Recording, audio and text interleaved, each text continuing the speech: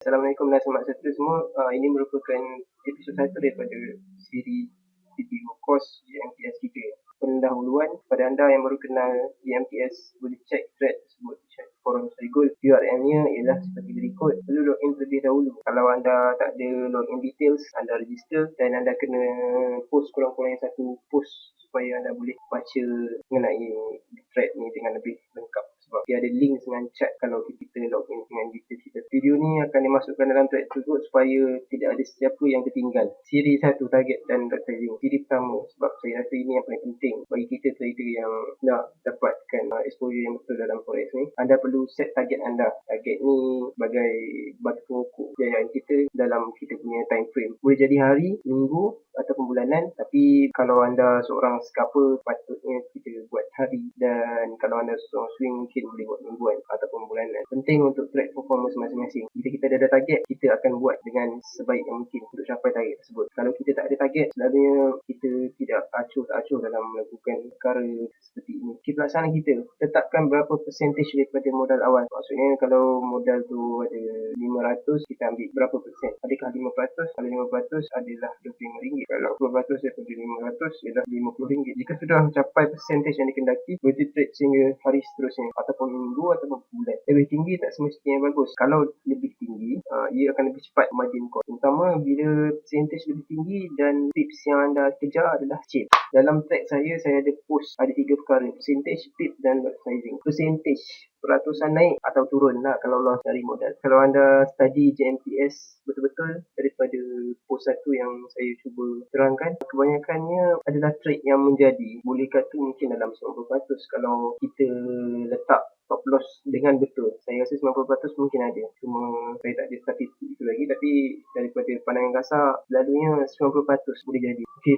bilangan pip sehari yang anda target dalam masa sehari, seminggu atau sebulan. Okey, dalam sehari kita bergantung kepada ADR salah satunya. Mungkin ada orang dia tengok market tu hari Isnin atau hari Jumaat, maka dia tak trade sebab hari Isnin adalah penggunaan bagi minggu, hari Jumaat pula adalah penutup bagi minggu. Jadinya player besar tak ada, big player tak ada dalam hari Isnin dan hari Jumaat, tak seperti biasa. Jadinya ada orang yang target peak lebih banyak pada hari Selasa sampai hari Khamis. Ada juga yang suka trade pada masa news, sebab masa news volatility-nya tinggi dan mereka kejar tips masa tu. Jadinya semua ni bergantung pada pengalaman dan analisa masing-masing. Mungkin ada orang akan kejar tips banyak 10 tips ke, ataupun ada yang 20 ataupun ada yang 100. Saya pernah nampak ada orang kejar tips 100 tips dalam masa sehari.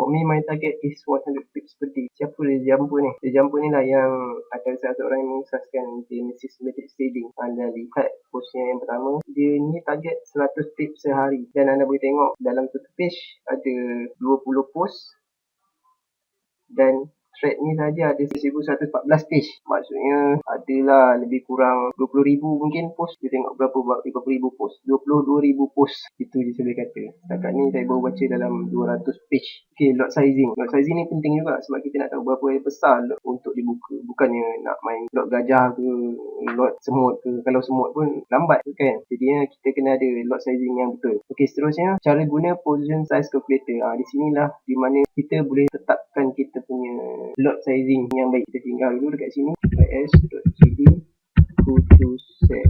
Kita tengok sekarang ni kita ada dekat forex.com, and then mata wang ni tak ada pun MYR, kita guna je lah USD pun. Account size sebagai contoh kita letak je lah 500, melambangkan RM500 Malaysia. Use ratio kita boleh tukar dengan swap with money, swap with base. Maksudnya dekat sini yang saya utarakan ialah percentage supaya lebih senang. Mungkin anda nak juga dengan swap with money dengan 50, tapi saya lebih suka mengutarakan kepada peratusan. Senang kira 10%. Okey, standard stop loss kita boleh letak sebanyak, mungkin kita letak kita punya stop loss hari tu ialah 14 tips. Round tips, bukannya dengan pipet, standard tips. Okey, jadinya currency pair USD kita calculate. maksudnya dia sarankan kita ambil 0.35. Kalau anda punya RR, maksudnya risk reward ialah 1:1. Okey, maksudnya 0.35. Maksudnya kalau kita buka sell, kalau dia naik sebanyak 14 pip, anda akan rugi RM50. Kalau dia turun bawah 14 pip, anda akan untung RM50, menjadikan akaun anda 550. Jadi yang dekat sini kita kira risk ratio, tapi dalam masa yang sama kita boleh kira profit ratio. Maksudnya daripada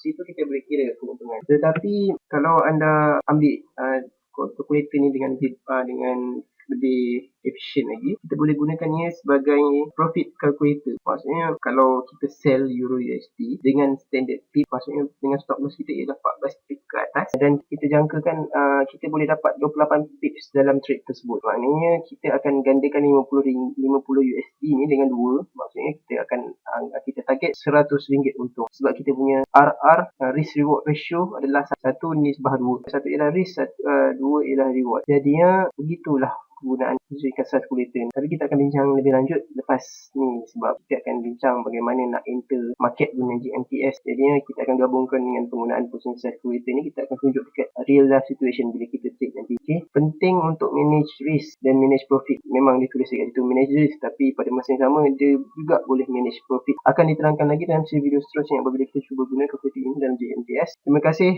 Apa-apa pertanyaan sila singgah di thread saya is.gd.mathis09. Okey, terima kasih.